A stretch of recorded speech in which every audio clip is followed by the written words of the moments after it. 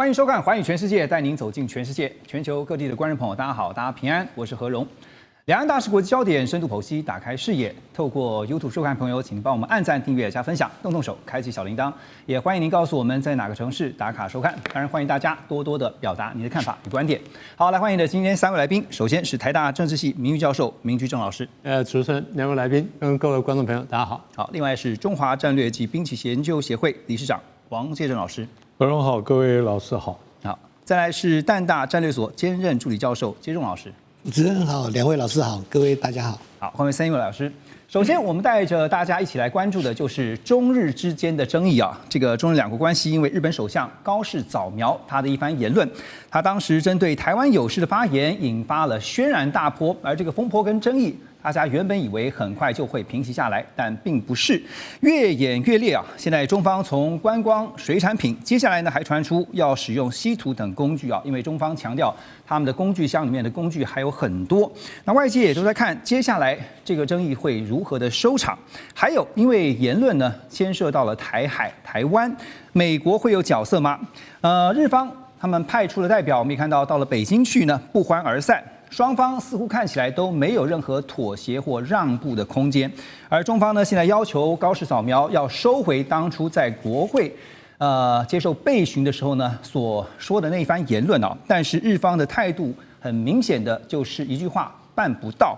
那分析也认为说，双方其实都有在高层，特别是执政权力上的一些顾虑啊。所以想先请教明老师啊，您觉得高市早苗他的发言，因为现在有不同的看法，有人认为其实不妥，但是也有人认为实在是在外交上太不妥当了，因为把原本的战略模糊变成了一种战略清晰，怎么看？我倒不觉得他要把它变成战略清晰，因为他是被问得非常精准。那你作为一个首相被问的这样，他是被前任的那个国防大臣嘛，问到这个问题，那你说问到说。有什么假设情况？那你能说不回答吗？如果说作为一个首相，你答得模糊的话，你这首相不太容易做吧？所以你必须答得很准确。他的回答其实你仔细看到，因为那个我后来查了一下，那个冈田的那个问话呢，大部分文字稿没有出来，但是全世界都在关注高市的这个回答，所以高市的文字稿呢比较清楚。他反复讲说。要根据实际情况，然后综合这个当时发生的状况，再综合各种情报，再做判断是否达到这个标准。对啊，他反复讲的话，然后我觉得就是唯一，如果说大家可以争议的话，他讲了3个如果啊，如果中共派战舰出来封锁，他没有说封锁台湾了，他说封锁，然后美军介入企图突破封锁，这第2个这个如果。第3个如果就是，如果美军介入之后，中共对这个美军呢使用武力的话，那么我们日本要预做准备。他是这么说的。所以你如果根据这个话来讲的话，你说出格嘛？当然，大家觉得出格就是他把大家过去都知道的事情摊开来讲了，把心里的话讲出来了。但是可以这样说哈，但是你说他真的有出格吗？他说没有出格，为什么？他符合我们一贯的政策。为什么一贯政策呢？日本对这个，我想对介正兄也非常清楚了。这个他们对这个一般来说呢，他有没有形成统一见解？如果形成统一见解的话，那就隔天要这样讲话，然后再往下呢，有可能要立法或者一步往下走。他说没有形成统一见解，那只是我国一贯立场。我们的推断哈，如果讲说这是我们日本的内阁或日本政府一贯立场的话，那表示过去我们谈过这件事情，那只是不公开而已。那现在被问到了，然后问的人也是懂行的人，所以他这个就很难回避。所以对他来说呢，其实你仔细看，因为他后来也说，他说我就是好像不应该说那么多。那但是问题是，大家都知道这么回事，他也不是说我一定是这么走。他说了一次，大家把上下文看清楚，只是一种情况。而且高市之后，他也特别提到，他说未来不会再针对这种假设性的提问啊来做回应了，对吗？因为一般有的时候知道引发了轩然大波了。这介正兄非常清楚。一般的情况很尴尬，你就说这种假设性的问题我不回答。或这种事情呢，我想这个以后我们再谈。像这样最后，他大概那时候真是嘴快了一点点了，所以我把它讲出来了。明老师刚刚特别提到，就是说高市把他心里面想讲的话讲出来了哈。不过因为身为一个首相，黄老师啊，这在外交上面会引发争议。我们也看到，确实在后来一连串的这个外交风波，到现在看起来是越演越烈。质询稿应该是先拿到的，所以他应该知道，就是他会被问到什么样的问题才是，不是吗？首相府会收到很多这个拟答题，因为日本是一个官僚为主的一个社会，包括领袖峰会啊，那个外务省的负责的司长啊，或者他们叫局长，都会坐在首相旁边，然后看着首相念他们事前拟好的答案，是题目先拟好，对，事前跟对方都沟通好，所以至少日本的首相是照着稿子去回答。那么我觉得从日本内政有一个角度。过去啊，相当长一段时间，自民党的执政联盟啊是跟公民党，公民党是一直以和为主的，然后反对这个扩军，反对增加国防预算，所以过去的那个结合跟现在是不一样。现在的这个维新会啊，比相当于这个自民党里面偏右的，那所以他的内阁组成跟政治氛围，就内阁的氛围。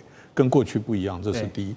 第二就是刚刚明老师讲的，就是他太认真的去针对实质的问题实问实答。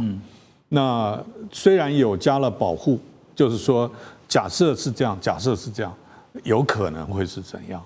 可是这个有点像那个回答那个论文口试了，回答老师了，不像是政治人物。虽然高市不是初出江湖啊。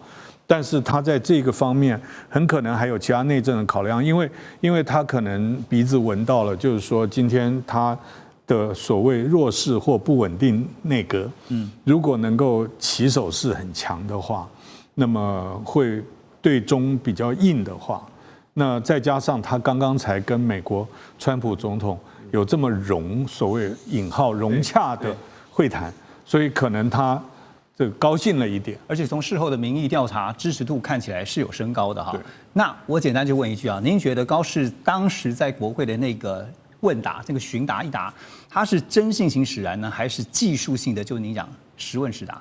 我觉得他思考过，他不是初入江湖啊，他老江湖了。好，老江湖了，思考过了哈。明老师，我这边回到您啊，因为在这一次的争执当中啊，大家也注意到的是，中方多次提到。说要求日方要遵守中日双方的4个文件档案啊，大家就开始找了，是哪4个档案呢？哪4个文件呢？这当中又有什么样的意涵呢？我特别找了这个表啊，让您待会等下一边说明的时候，可以一边来看一下，就中日的4个文件啊，包括了这个中日关系的政治基础哈，主要就几个呢，像是中华人民共和国跟日本国政府的联合声明，另外呢就是和平友好条约，还有就是伙伴关系哈，就友好伙伴关系。另外就是这个战略互惠关系的联合声明。来，请。那第一个呢，这个我想这次说的非常非常清楚了哈。第一个就是日本承认中共，就那个就是我们叫做Tanaka Shock， 田中震撼，然后田中震荡。是里面比较关键一句话就是日方充分理解并尊重中方对台湾问题的一贯立场。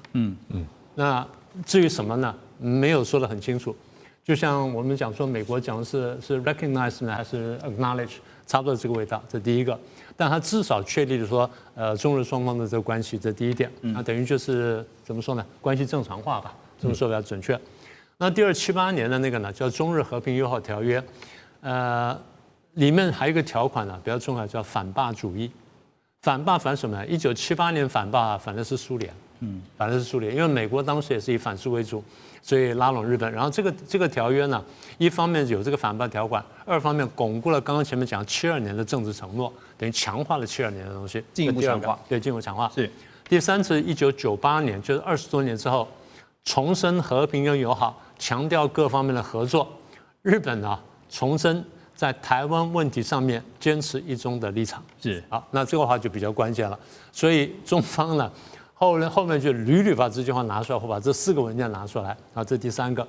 第4个是08年，就是奥运的那一年，中日关于全面推进战略互惠关系的联合声明。这个战略互惠关系呢，因为当时08年呢，大家知道中国大陆经济非常好了， 08年办奥运嘛，对不对？所以那个经济非常好，大家都觉得说那这个不得了，所以很多人要靠过去。所以这个战略互惠关系呢，面非常广，政治、经济、安全、文化、能源各方面呢都在里头。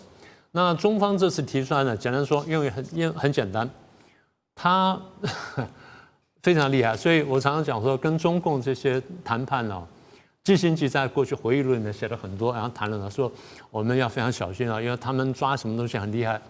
中共跟人家谈这些任何谈判谈出来，第一件事情我先把大框架框好，大框架框好之后呢，在这框架之后，其他事情是推演出来的，而不是说，哎，我跟你随便一项谈，不是这样。我先把框架框好之后呢，东西都在这框架里面，哎，一解释不合框架，那不行，这个不行，这不行，这不行。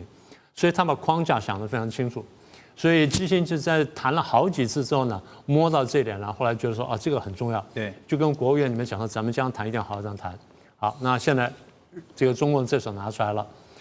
他现在拿出来谈的问题呢，不是领土争议，而是你违约，你违背你过去当拿这个框架去跟对方讲你答应我这4件事情，这4个党就像说他讲美国这3公报嘛，美国怎么回答3公报，然后这个台湾关系法嘛，啊，现在加个6项保证嘛，对，啊，所以也就是双方的解释不一样，好，那第一这个他是中共是这样想的，第二呢，他把这4个东西呢来评量什么呢？牵涉到这个中国的啊，牵涉到大陆的，牵涉到台湾的，你的各种言行呢，哎，有没有超出这个框架？对，有没有超出框架？有关台海的问题啊，你有没有超出框架？有关安全问题，你有没有超出框架？有关这个冲绳啊，或钓鱼台了什么的，有没有超出框架？更重要一点就是你跟美国联合作战的这些动作或什么等等，有没有超出框架？好，这是第2大块。第3呢，当然就涉台问题了，那不能讲了，就他们觉得非常敏感。对日本来说呢，因为台湾的确在安全跟经济各方面都非常重要，所以日本也不敢随便轻忽。那么这点呢，变成双方变得非常敏感。但问题是，那个分寸很难拿捏，因为你随便双方一动呢，都可能踩到对方的红线。这个题目，而且认定上可能也会有对，就是这样的嘛。对啊，所以也就是说，哦，那譬如说，那你跟台湾的某些官方人物来往了，叫不叫官方来往？他是不是有官方身份，还是已经下台，还是怎么的？这第3块。第4块呢，就是关于冲绳了，或关就是这个或钓鱼台的事情呢。那你不管怎么说呢，你有没有踩到红线？也就是这东西一旦我再说一遍哈，一旦这框架定下来之后呢，他就可以振振有词的指着去讲。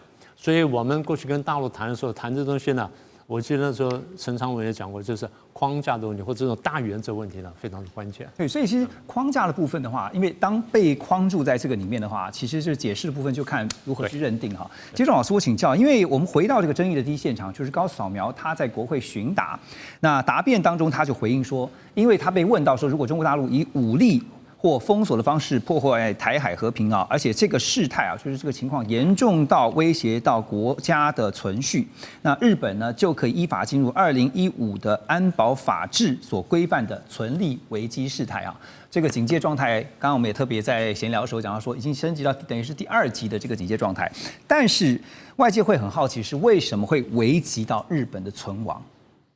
我觉得这边好，就是日本这一阵子，日本前阵子开始去扩大这个所谓的危机存亡事态啦，或者是开始扩大对亚洲一些安全事务的参与，这个背后其实是有美国的支持。那我觉得当初美国一定是觉得是说，他如果以后要在西太平洋采取军事行动的话，他希望日本能够提供一个比较具体的协助。对。然后到了拜登政府时期，因为随着美军可能觉得他在西太平洋相对共军没有足够的优势，然后共军的在第一岛链附近的那个精准打击能力不断的提升，所以使得美国政府其实就开始希望日本甚至包括韩国能够采取更具体的行动。所以在拜登政府时期，我相信就是美国有找上日本。针对这个所谓的危机存亡事态啊、集体安全等等，有开始去谈在什么场景之下，你美日要如何联合行动？对，就已经开始在谈到这些具体的计划。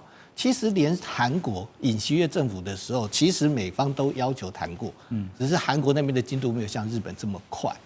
所以现在这些活动，包括这个日本开始去扩大对这个安全事务的参与，其实是得到华府的支持。OK， 那我觉得在这次他的谈话里面，因为后面比如说朝日新闻曾经提到说，当时高市是凌晨3点就开始在准备，而且他修改各部会的稿件，坚持要用自己的话作答。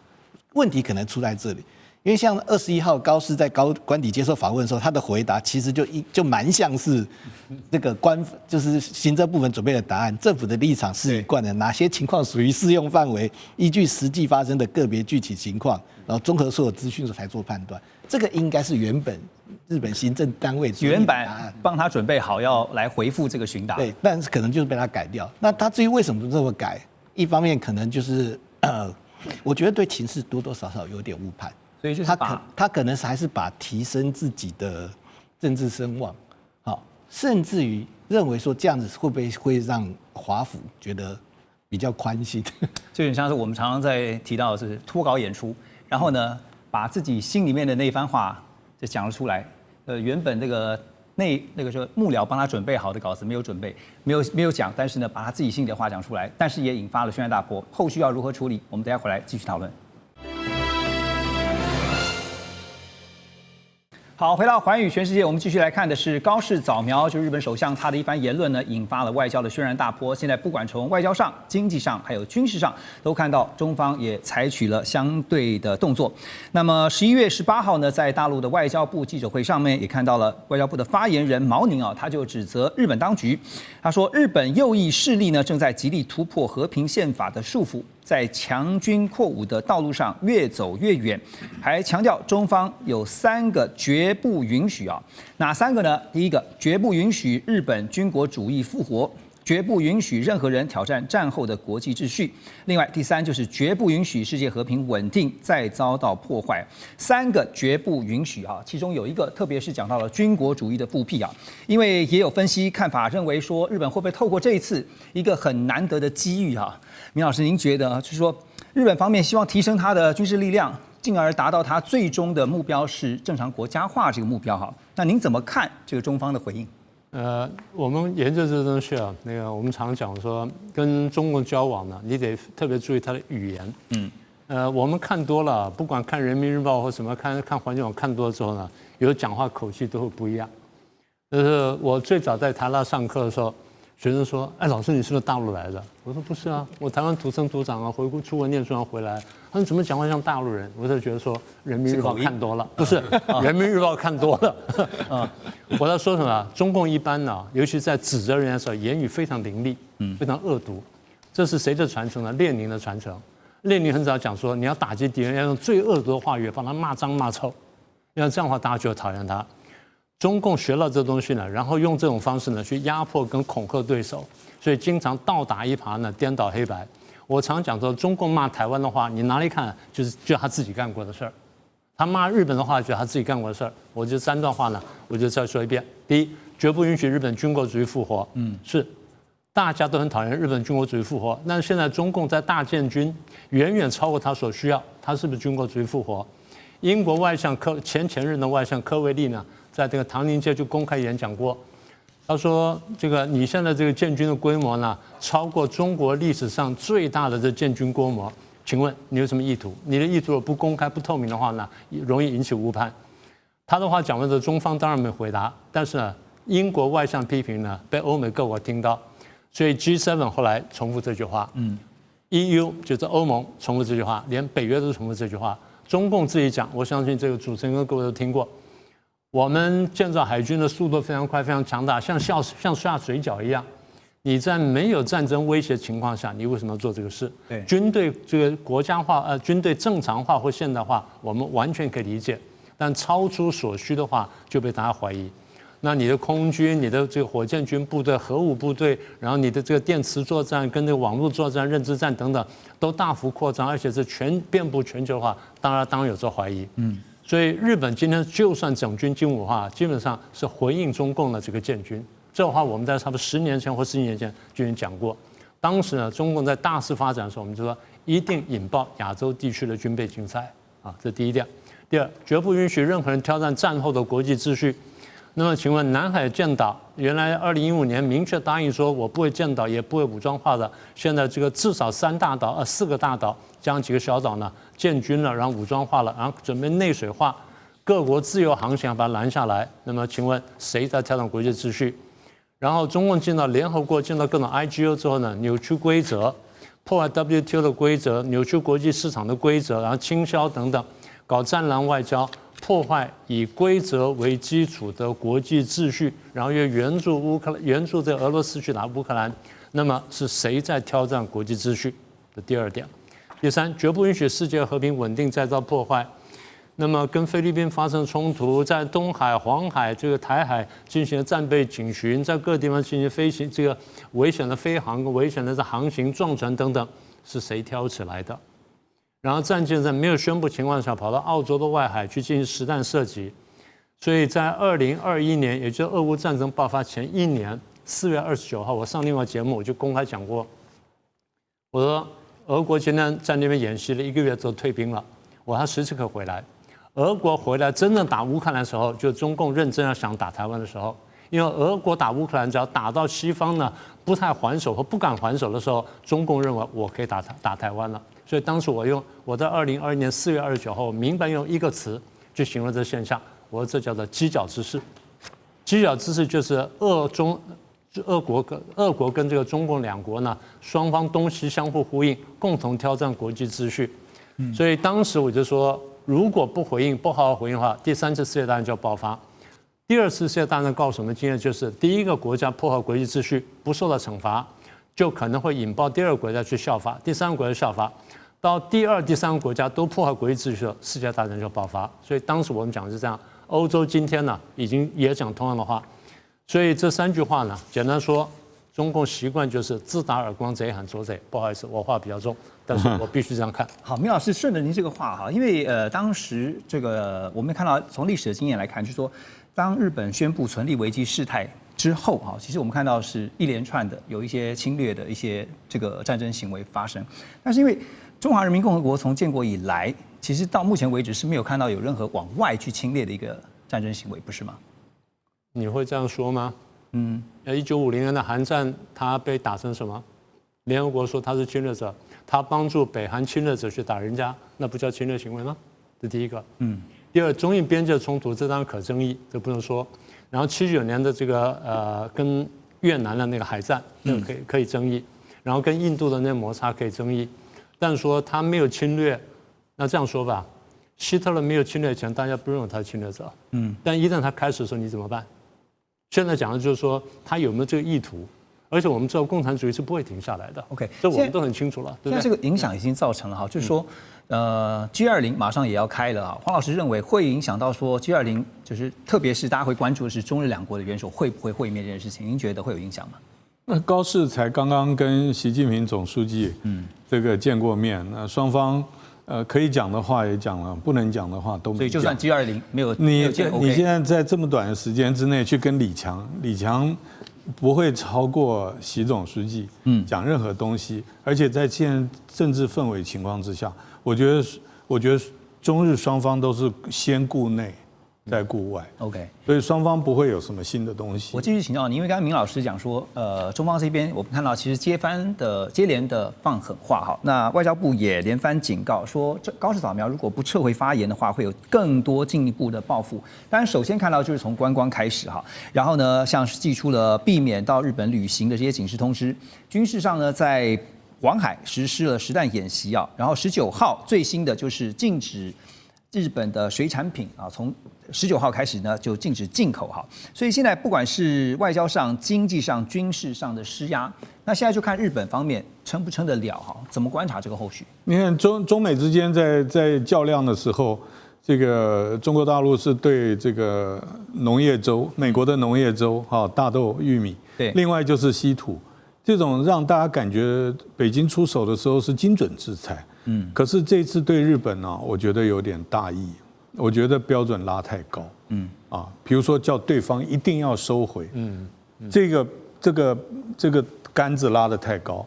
另外一个，其他手上的工具啊，其实日本在以前也不是没有吃过亏，甚至稀土都吃过亏，所以日本在分散市场上面已经有好几年的这种调试了。那所以短期来讲它是高压，但是能持久多少，这个北京方面自己要去考量。如果弄到最后变成色厉内荏，我知道你工具箱东西很多啊，问题是你用了没有效的，那个就不叫对，你的工具就无效。对。所以我觉得短期内是有高压，除非高市内阁或者是自民党内部不同的派阀借机生事去给高市难堪。只要日本内政或者是自民党内部派阀没有问题，我觉得大陆这次调子拉得太高，效果可能有限。一下拉太快太高，对，太急应该是慢慢升高。对。因为通常我们不好意思，我打岔。哪里？因为通常我们谈这事情呢，会有个刻度的问题。比如对这件事情，我最高是1，最低是10。我一开始先出呢，一出了3的话就过高了。所以刚刚那个黄老师讲意就是说，我一出先出到6，然后需要的时候你不乖了，我再升到5。再升到4，再升到3，再一步这样上来，我有很大的上下的这个调整的空间。这是我们平常讲做回应或者说危机处理的方式。所以刚刚黄老师讲的非常精准。你一下调太高之后，你变成骑虎难下。对，其实现在刚刚讲哈，还有一个工具可以用，就是日本在华的大企业。那是可对付的，对，所以这个东西很麻烦，要看日本怎么应对。而且刚刚黄老师有提到一个，就是双方包括中日内部都必须要先安内，这是当务之急哈。所以要先安抚在内部的压力，可能内部的压力恐怕会比来自外部的压力还要大。这部分的话，杰忠老师怎么看？我觉得中国大陆现在有点应该会准备做好长期化的处理的准备。那么一开始为什么中国大陆反应这么强烈？我觉得有一个因素是，毕竟习近平才刚刚跟他碰面，习近平才刚刚 APEC 才刚见过，对，刚刚碰面之后没有多久，你突然大概7、8天吧，你就突然间做了这样一个陈述。而且这2天你也看到说，高市也特别再次强调说，跟习近平在 APEC 见面的那个大的共识是没有改变的。对，但是不管怎么样，当11月7号的时候，其实离跟习近平见面才刚过去1个礼拜，所以让北京会觉得觉得一开始调子不能放得太低。那当然一开始都是说要求他收回撤回，但是我相信北京也清楚，在外交场域上，你说要一个首相直接说我道歉撤回不太可能。所以我觉得北京有可能是先把调子拉高，我做好长期斗争的一个准备，但是最后的他未必会真正坚持高市必须要收回或撤回。其实可以有个替代的方案，像比如说在2012年9月到2014年那个钓鱼台国有化争议的时候，北京一开始也是要求日本必须撤销国有化，可是到2014年11月安倍习近平碰面的4点原则共识里面，基本上没有提这一点，只是要日本在文字上承认这个附近有争议。对，所以我觉得最后的解决，北京可能会要求东京方面必须要有新的陈述。那这些陈述呢，必须要符合北京的想法跟利益，那未必会坚持要说收回跟撤回，但刚开始的时候一定会这样讲。而且我觉得北京虽然一开始调子是拉得蛮高，但是他在施压的手段方面，我觉得还是保持一个控制。比如说刚刚大家提到的军事，大家提到黄海，提到钓鱼台，必须注意，目前黄海时代设计或钓鱼台，其实北京第一个他没有直接把它连在一起。第二个，这个东西北京其实可以解释说，这个跟这个事情没有直接的关系。因为黄海时代军演，第一次可能原本是例行的，第二次有点是故意的，因为是日本的那个局长要去跟中国外交部碰面，前一天他突然宣布延长。但不管怎么样，这个演习的地点其实离日本很远，离南韩还比较近，范围也比较小。那至于说日本这个中国海警船进入钓鱼台，从2012年之后就是这样，它每个月会有3、4次常态化的进入。所以目前中国大陆在采取的比较武力方面，基本上都是可收回的，基本上都还保有弹性，还保有弹性。对，所以我觉得中国大陆也是注意说，我一开始不要牌赶快出，因为我要做长期化斗争的打算，做长期抗战的准备哈。而且最近您提到这个钓鱼台海域啊，就是中方的海警船进去的时候，你没有看到日方的海警船立刻就上，就表示说双方都不希望把这个态势拉到钓鱼台周边这个模。模式，从2014年之后就一直持续到现在。对，好。但是因为刚刚您提到的替代方案啊，就是说现在总要想办法找个台阶下，但这个台阶到底是什么呢？对中日双方来说，究竟解方如何？等一下回来继续聊。好，回到节目继续来看的还是中日之间啊，最近两国这个风波跟争议啊。那么美国现在看起来好像似乎是采取闭上关的一个态度，哈，目前还没有及时的看到说有什么样一些介入或者是出手。但是呢，美国的智库兰德公司日本安全政策专家一位叫做霍农，他就认为说呢，其实日方并不会出于保护台湾的理由而投入台海武装冲突。确实啊，每个国家都考虑的是自己的国家跟安全、经济的利益受到影响才会有所动作。那么霍农也直言说，日本并不负有防卫台湾的责任，因此所谓对于日本构成生存威胁的情形，主要呢还是牵涉到美方跟美方之间的集体防御。而美国的军事报这个星条旗呢，则是指出，日本计划新建大约有130座的弹药库，大部分都位在日本的西南诸岛，主要是用来储存射程长达数千公里的远程飞弹。日经亚洲更进一步指出，等到未来加紧训练完成之后呢，日本航空自卫队还会把他们最新锐的 F-35隐身战机的这个机群呢，派到西南诸岛去执行制空跟拦截的任务。那么在西南诸岛目前规划而且已经在进行的各项军事作战计划，如果我们从兵推的角度来看的话，对于解放军实质上会产生的吓阻效果，要如何来评估？我先请教黄老师。其实从这个安保3文件推出以后，还有刚刚接种也提了，就是日本一方面也受到美国的要求了，就是要提升，所以日本增加国防支出是早在这个贸易战之前了。所以我觉得就推演来讲刚刚那个主持人讲的这些东西，真正要做好大概21大已经开完了。换一句话说，现在口说的要建构的所有的能量，包括西南诸岛，其实不用讲未来要建设，光现在的飞弹部署，基本上已经可以阻绝中国的人民海军的舰队从宫古那附近，就台湾北方要出去。所以你看这个解放军的军演基本上都在巴士海峡。事实上，宫古比较少，为什么？因为其实现在美日安保同盟的那种铜墙铁壁，在西南诸岛基本上已经连起来。如果真的是事态严重的话，有可能会使用武力的话，我看出岛链的几率就不高了。除非你先出去，问题是先出去不一定回得来。所以我相信中国人民海军，包括中共中央军委是知道这件事情的。那么，所以像刚刚说在加强防务，你现在再把中日关系搞成这个样子的话，它加强防务的动力会更强。所以中国大陆自己也要知道，任何事情都有反作用它倒逼日本加强防务。所以目前看来，虽然从媒体的观点我看到最近这几天的一些分析都是说这个事态有逐渐升高，但是呢，相对来说的话，政府包括双方的政府都希望把这个事情慢慢的降下来温度，是这样子吗？介中老师，您觉得？我觉得刚刚你也特别提到日本，我觉得日本当然开始采取一些行动，包括高市首相21号在官邸接受访问，可能是就把原本7号的拟打稿重新拿出来念一遍。这个方面，我觉得就代表日本确实可能感觉到事态有点严重，所以他必须要开始做些转换。但是我觉得对中国大陆来讲，他现在就是你必须要给我一个新的声明、新的论述，让他可以交代得过去。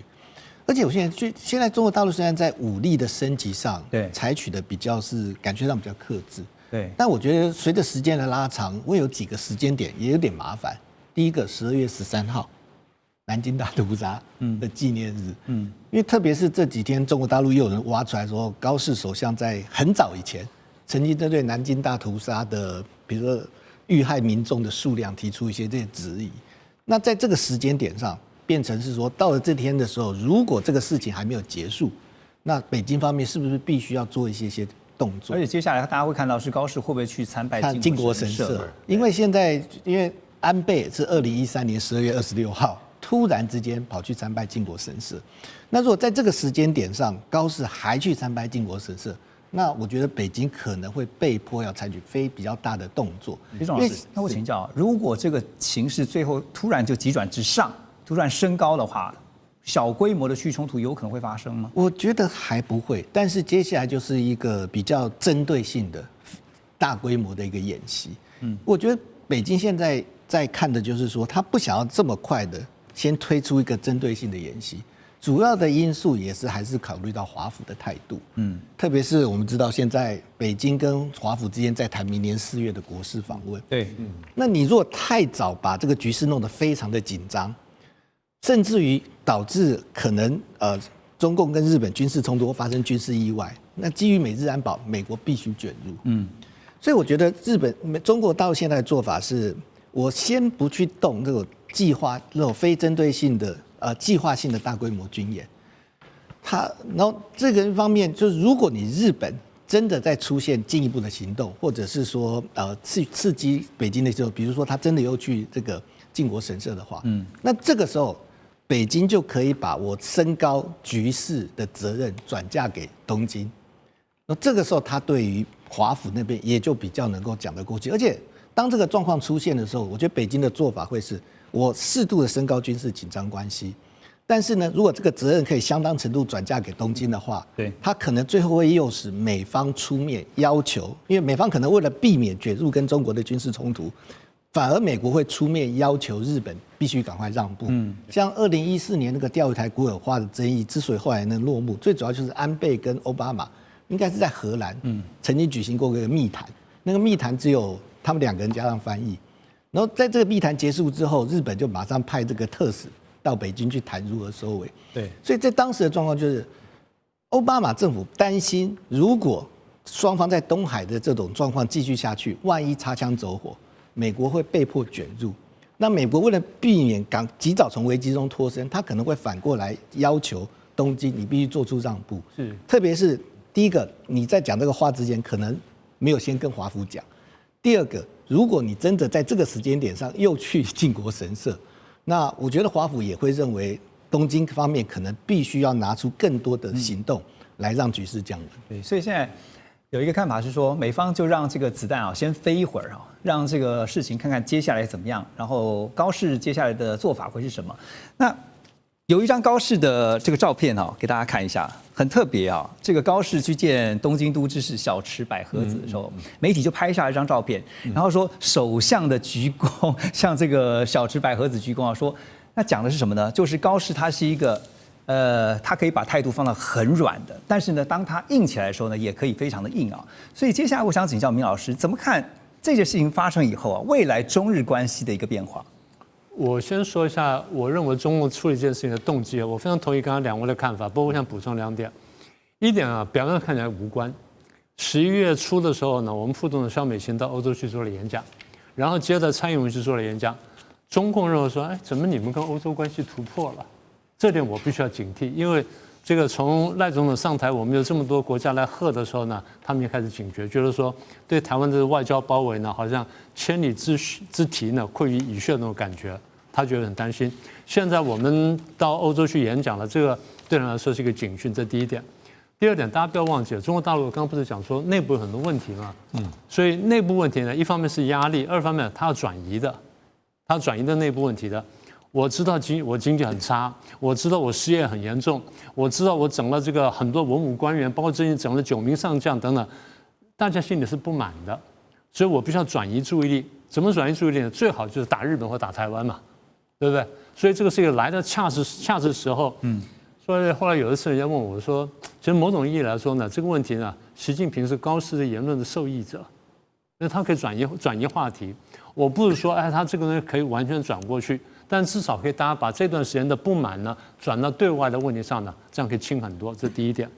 第二点，我们刚刚讲说，他其实也想测试川普的决心。你刚刚不是说，美国方面要让子弹飞，然后刚才这个黄老师说，美国也蛮聪明的，是这样。因为我现在太早卷进去了，我也很麻烦。现在我看事态的发展，我也先不表态。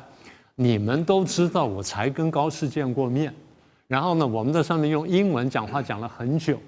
高适的英文也不错，我们也都知道，讲了很久，讲了什么我不告诉你，但是呢，有点像什么？有点像是我们有点秘密协定，但这个秘密协定，我川普会担心说，你高适是不是把我们的秘密协定走得远了一点点？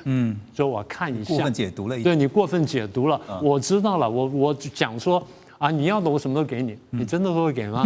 不会的啦，这叫空白支票，这东西是不能给的啦。他只是这样讲。当然，所以我刚刚讲说，中共方面想干什么？我想测试一下川普，你到底想帮他帮到什么地步？那对中国来说，还有第3点担心，就是我怕骨牌效应。如果这事情我不狠狠干一下的话，大家都来的话，那我受不了的，这个不行的。所以你说展望呢？我想刚才我很同意建中兄这种看法哈。对东京来说呢，他的目标是有限的，他不希望把事情闹大，他希望说慢慢把事态平息下来。对中国人来说呢，我再看一看，因为我刚才这些考虑都在的话呢，我得把这些考虑都纳进来，然后我慢慢排一排。现在最重要就是第一呢，不要内部那些反弹情绪太强，我要这个内部要对日本要有反弹，但这种反弹是在我党可控的情况下的反弹，这第一点。第2点呢，刚才建中兄讲得很好，明年我们要跟川普见面了，可别把这件事情搞砸了。川普也想跟我见面，我也想跟他见面，所以咱们不要把事搞砸。玩到一定程度，说不定我可以拿这件事情当做一个筹码，将去玩川普的，对不对？所以简单说就是，这张牌呢，我留在手里面慢慢玩，我不要一下把它打掉。那个当然，像有人说，北京现在在绕着弯的喊话，叫高适呢道歉跟辞职，他们觉得辞职很严重。其实，在民主国家看来，辞职没什么了不起的，对不对？你觉得啊？这建中兄比我清楚。你觉得美国有多少人希望这个川普辞职下台？你觉得40%以上，对不对？那美国辞职就辞职嘛，没什么了不起。但对中共来说很了不起。那反过来说，中国大陆只要有一个人要求习近平辞职，你觉得这个人会怎么样？是不是？所以中国把他自己的事情投射出来了。但是我觉得未来发展啊，中共压日本，它会刚刚不是讲到这个反作用吗？他现在正在想要控制这个反作用，也就是你这样压的话，大家会同情日本，然后也会同情台湾，然后台湾当然同情日本，但日本对台湾这几年的感觉呢，感同身受哦。你们是这样过来的，把刚才这段话整理起来哈。现在中共对日本做这事情，对台湾都做过，禁水产啦，禁旅游啦，禁这禁那什么都做过了，只有一样没做。我派飞机、船舰包围你，然后对你包围打飞弹，这事我还没做。对啊，就这个事没做。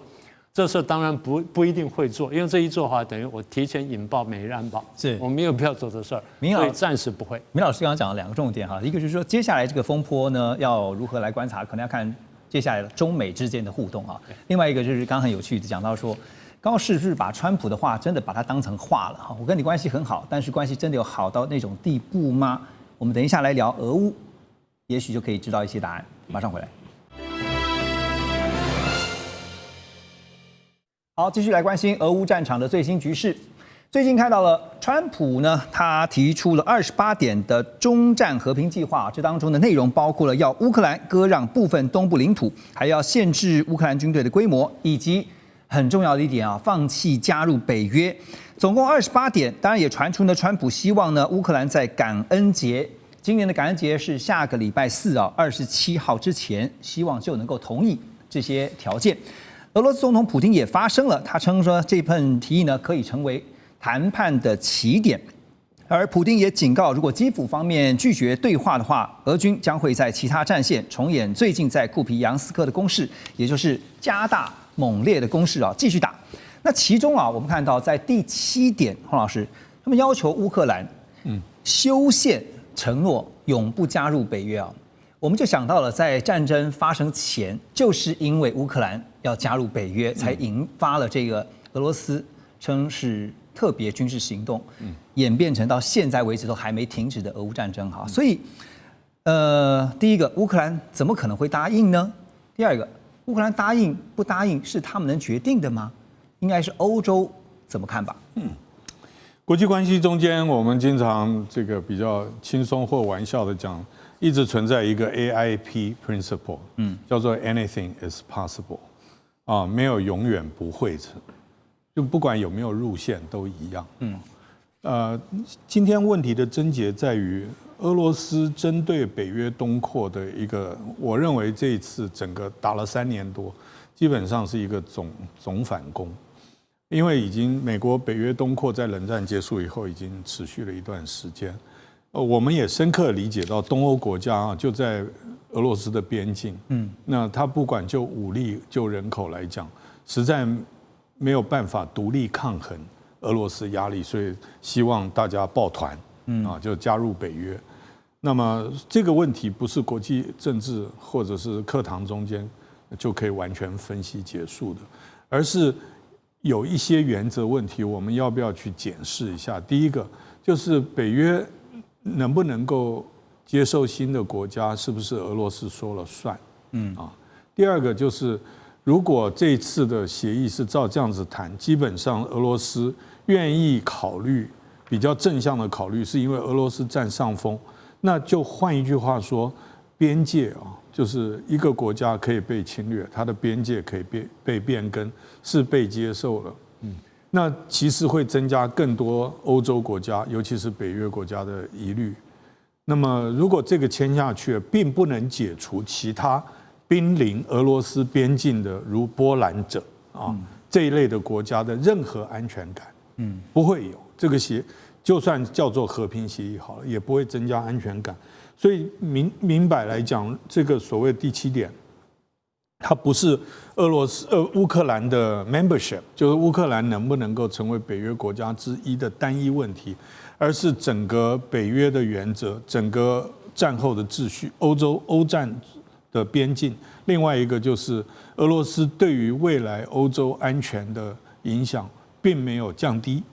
那么在这几个情况之下，我相信要欧盟或者是北约接受的情况之下，即使乌克兰同意，可能北约跟欧盟都会有很强烈的意见。对，所以北约跟欧盟的态度接下来会是如何？因为发现在当中，就是从文字里面你可以发现是普丁他其实说这是个起点，其实他在定锚，就是说这个只是基本条件。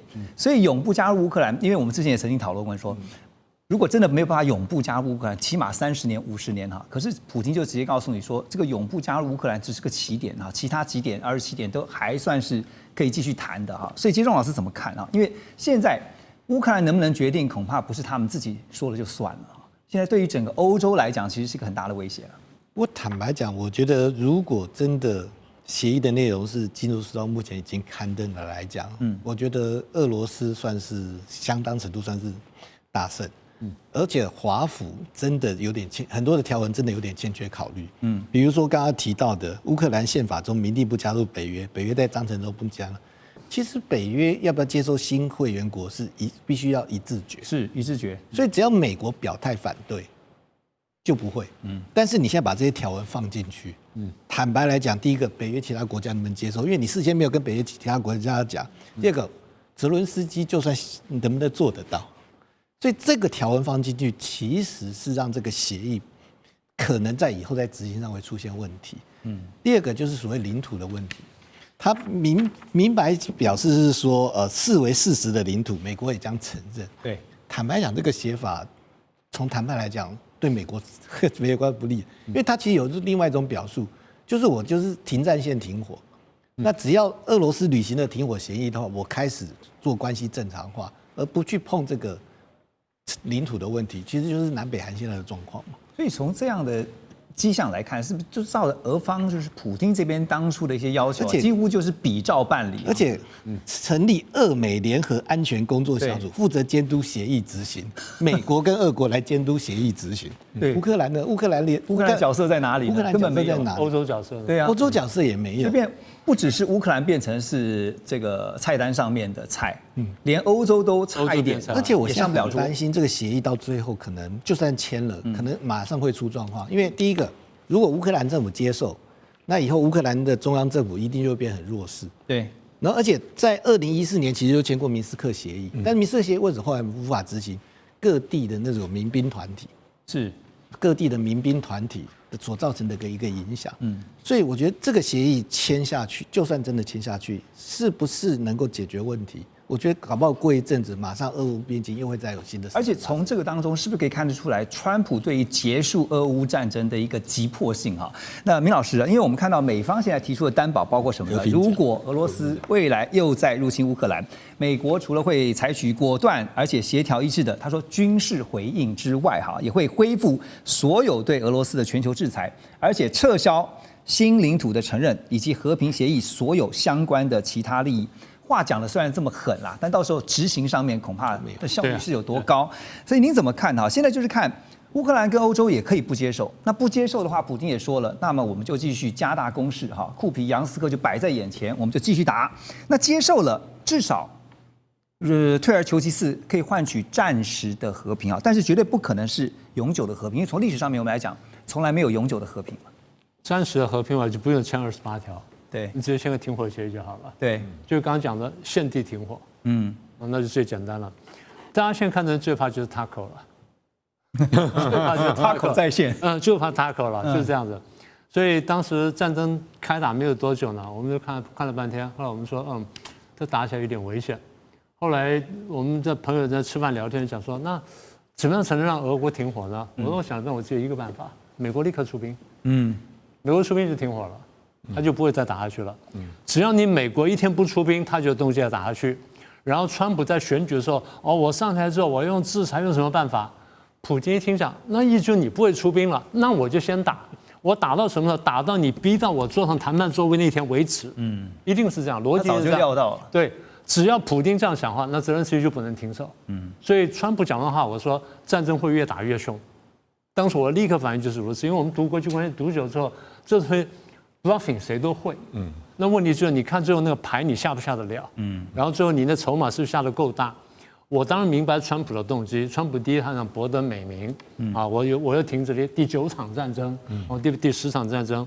第二呢，他真的认为乌克兰虽然重要，但台湾可能更重要，所以他真的想把注意力移到台湾这边来。但是你这种移法让大家觉得说，那到时候你会不会过来啊？你有没有丢成这样的？那我怀疑你是正常的，所以川普这样做反而增加了他以美论的强度，我觉得是不好的。所以后来到了大概去年前年的时候，当时川普不是在讲说，哎，我当选是怎么样，然后上台就说我怎么可以结束战争？我说24小时、48小时、72小时能结束战争，这个看你拿什么东西出来。你只要不出兵，那个战争呢大概不会这么快停下来。那现在果然如此。我认为最后的判断在哪里？就刚刚各位讲的，如果欧洲不同意的话呢，那这个事情很难谈成。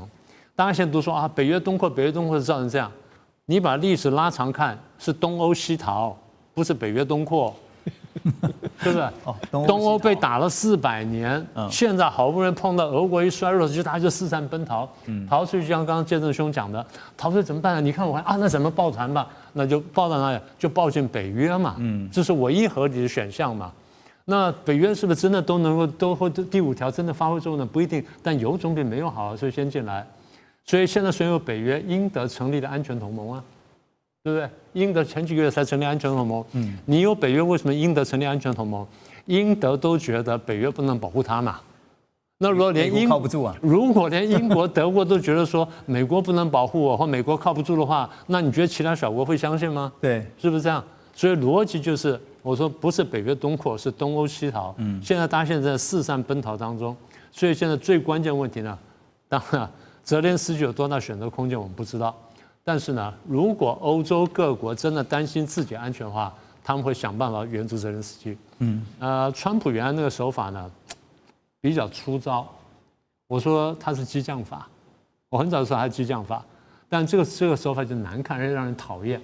我常讲说，如果川普讲话像雷根，做事像雷根，他现在事情做成一半了，他去讲话像川普，做事像川普，虽然很多事情没做，没办法，他就是川普。对啊，所以我就说嘛，所以大家现在最担心什么 Taco 嘛。对，而且您刚刚提到，我就想要说，他现在已经讲了11月27号，今年感恩节之前呢，是一个最好的期限啊。当然，他定下了期限，别人不一定会照着他的27号去答应嘛。28条，一点一点的，你还得很多东西得细谈的，不是吗，谢老师？对啊，因为